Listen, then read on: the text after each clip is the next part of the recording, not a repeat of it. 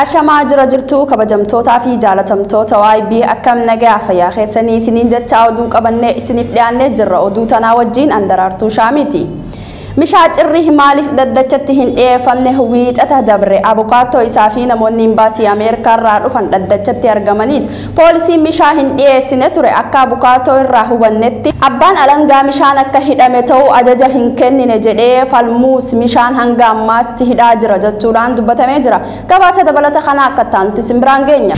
Mishaa cirrii daddachatti hin dhiyaanne. Mishaa Adam cirrii ogeessaa itti dhalataa Oromoo lammummaa Ameerikaa kan qabu guyyaa har'aan tanaa Oduu Fuulbana 23 bara 2020 mana murtii qaba ture daddacha osoo hin dhiyaatin hafee jira. Kanaaf wiixata dabre abukaatoon isaa fi namoonni imbaasii Ameerikaa irraa dhufan daddachatti argamanis poolisiin mishaa akka hin dhiyeessine ture. Akka abukaatoo irraa hubannetti daddacha mana murtii federaalaa har'a ooleen irrattis mishaan Adam cirrii qaamaan hin argamne. Poolisiin eessa buutee mishaa irratti hanga ammaatti waan ifa godhe hin qabu. Daddacharraa irrattis abbaan alangaa mishaan akka hidhame ta'uu ajaja hin kennine jedhe. Falmuus mishaan hanga ammaatti hidhaa jira. Kanarraa koo uummanni murtii ajaja biraa kenneera. Koomishineriin magaalaa Burraayyuu fi hoogganaan qorannoo yakka federaalaa kan ta'e Koomaandar Abarraa Bulii hidhamaan akka mana murtiitti gaafa guyyaa 18 baatii takkaa bara 2013 dhiyaatan ajajni poolisii federaalaaf kennameera. Mishaan Adam cirrii guyyoota muraasaan dura mirga wabii qarshii 20 eeggamee fi erga hiikameen booda poolisii Oromiyaatiin butamee hidhamuun isaanii yaadatama. Maddi oduu tanaa fuula abukaatoo hidhamtoota siyaasaa Oromoo irraa. Artistii hangafaa kan ta'e Ali Birraan fayyummaan koonaaf deebi'aa jira jechuun dubbate. Hangafticha artistoota Oromoo Ali Birraa yeroo ammaa dhukkubsatee hospitaala yaalamaa jiraachuun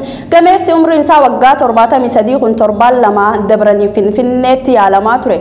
Guyyaa muraasaaf ammoo magaalaa Adaamaatti yaalamaa jira. Fayyaan isaa akka haala gaariirra jirus dubbateeti jira. Gabaasa dabalata kana Rais Maamad Kattaamti simbiraan ga'e. Artistii hangafaa Ali Birraa fayyummaan koonaaf deebi'ee jira jedha. Hangaftii artistoota Oromoo Ali Birraa yeroo ammaa dhukkubsatee hospitaalatti yaalamaa jira. Gameessi umurii 73 kun torbeewwan lamman darbanii Finfinneetti yaalamaa ture. Guyyoota muraasa asitti ammoo magaalaa Adaamaatti yaala argachaa jira. Duraan baay'ee na dhukkubee ture. Amma fooyyeen qaba. Hospitaala nama keessa jiru kanatti yaala dansaa ta'e waan naaf gochaa jiraniif galata Rabbii amma fooyyeen qaba jedheera. Ali Birraan yeroo ammaa dhukkuba keessoo garaa yaalamaa kan jiru yoo ta'u dhukkuboota irra bubbulan kanneen akka onnee fi sukkaaraas akka qabu BBC'tti himeera. Namoonni tokko miidiyaa hawaasaa irratti waa'ee koo odeeffannoo sabaa facaasanii nama rifachiisaa akka jiran dhagaheera kan jedhu Aliin uummanni oduu namoonni facaasan amanuu hin qabu jedha Ali Birraa. Aliin dhukkubsatee sireerra ciisee jiraatus hamilee fi qalbii fayyummaa guutuu fuula isaarraa dubbifama jedhe riippoortarri BBC hospitaalatti Alii dubbise. Duutii Hacaaluu akka hamilee isa tuqe akka ture BBC'tti kan hime Aliin waa'ee gurbaasanii na hadochee jechuun imimmaan haasaa isaa addaan kuchisiise. Hospitaala waliigalaa fi kolleejjii meedikaalaa Adaamaa bakka amma itti yaalamaa jiru kanatti haakimoonni hordoffii deeggarsa cimaa gochaa fi akka jiran Aliin himee jira. Haati warra Ali Birraa Leelliinis deeggarsa taasisaa fi jirti. Miidiyaa hawaasummaa irratti namoonni tokko Ali Birraa du'e jedhanii odeessu. Wanta akkasii kun baay'ee na aarse. Uummata burjaajessuun sirrii miti jetti Leelliin. Artist Ali Birraa waggoota 50 caalaniif artii keessatti nama turee fi sirboota ergaa ciccimoo qaban hedduu hawaasaaf kan gumaachedha. Aliin yeroo garaagaraatti dhukkubsatee fayyuun isaa ni yaadatama. Godina Harargee lixaanaa Hambaroo magaalaa Waacuu keessatti poolisiin humna addaa Oromiyaa waliin ta'uudhaan uummata akka dararaa jiran dubbatan.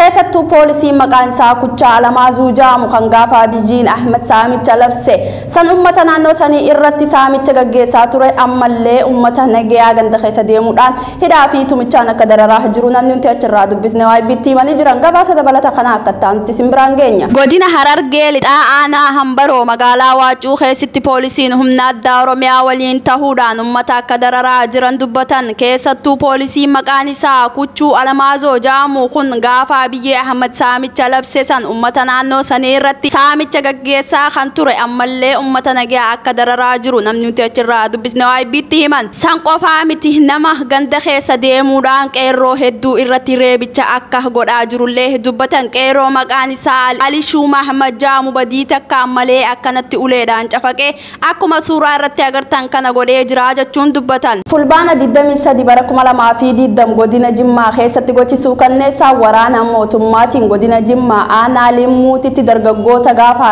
Caaluu wareegame hidhaman turan keessa kanneen armaan gaditti argaman kana bakka tokkotti ajjeesan. Ilmaan Oromoo mana hidhaa baasanii ajjeesuun akkuma itti fufetti jira jechuun namni nuti achirraa dubbisne OIB'tti himan.